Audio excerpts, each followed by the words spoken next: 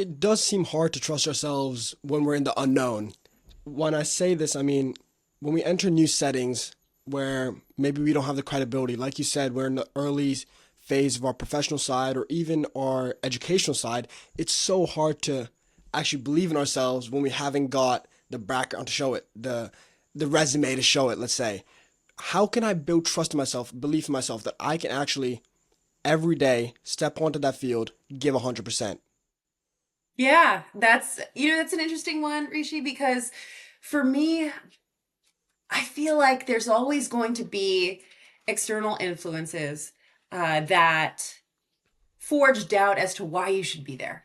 Right. So whether it's something as simple as, navigating, your junior year of university, or you're in your first full-time job and it feels competitive and you feel like you lack that institutional knowledge, I think it's very easy to find reasons to doubt yourself.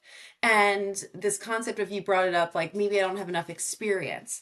At every stage of my career, whether it was my first full-time role with the Nets organization, or even coming in as, a first year assistant professor at NYU, I feel like it's very easy to doubt, your credentials and why you should be there. And you look to the left and the right, and kind of compare yourself against other people and their credentials. And that doesn't serve any purpose because everyone has their own journey. Everyone needs to step into their own progress. So I think really letting go of expectation as far as living up to the people that are sitting next to you, because it's a very superficial way to measure your own success. You need to really think about, how do I learn as much as I can? How do I garner that experience? And instead of comparing yourself to your environment, it's, how do I use that, this opportunity to find a mentor or to find an ally to help me navigate this new terrain? And that's going to help you build confidence. And that's going to help you layer in that trust of yourself and your abilities as you navigate uncertain environments. What's that phrase? Comparison is the thief of joy. And it's funny. Mm-hmm. I tell everyone when I started this podcast, I always rely on the statistic. I think it's the 90% of starting podcasts don't reach episode three. Then we have 99% of starting podcasts don't reach episode 20. And as I'm getting through this, I'm realizing like you the standard you set is always set by other people. It's so hard to set our own standards, and that's when I'm slowly realizing like, okay, I'm understanding why this guy's dropping out of a podcast. This guy's dropping out of a podcast. It's so hard to keep going when all you look around, because you're not going to see the people below you, right? They're not going to be the ones showing off their excellence. It's the people that have already made it that are showing their excellence. So it's so hard to keep up with that standard. How do I set the standard for myself? What are the key elements that I should be setting the standards?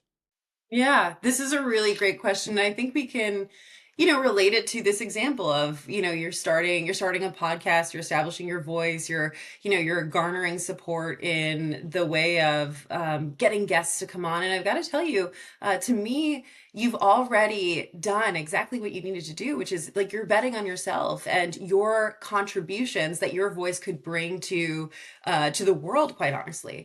And it takes a lot of bravery and courage to put yourself out there, put your voice out there, put your thoughts out there. That is a courage that isn't often rewarded with kindness, because it's very easy for people to kind of take a look and be like, oh, well, there's how many people are listening to this podcast, or, oh, what could this person know at this stage, right? So that, to me, you put that to the side and you got your start. And that's the first thing to do. And I think now, trusting yourself to have consistency with this, to continue to show up for yourself. And every episode, there's going to be progress. So even if it's a few people listening the first time, even if it's, a few more people listening the next time, it is the ability to stick with it and to stay consistent and to stay patient, and knowing that you're building something, right? No one just steps out, new voice, and commands the attention of millions of people without some sort of credibility and contribution that warrants that sort of attention. So even like the most listened to podcasts, you can trace back that sort of visibility to things that these media personalities or thought leaders were working on for many, many years before. And it manifests in a way that rewards them with followership. So you've just got to stay true to the process, to have fidelity to, your ability to share something meaningful, which I believe every person has. Now it's the people that are going to be brave and courageous to continue to push through and build something over time, when a lot of people would never do it. And two, it's easy to be on the sidelines and scrutinize what other people are doing when they're putting themselves out there.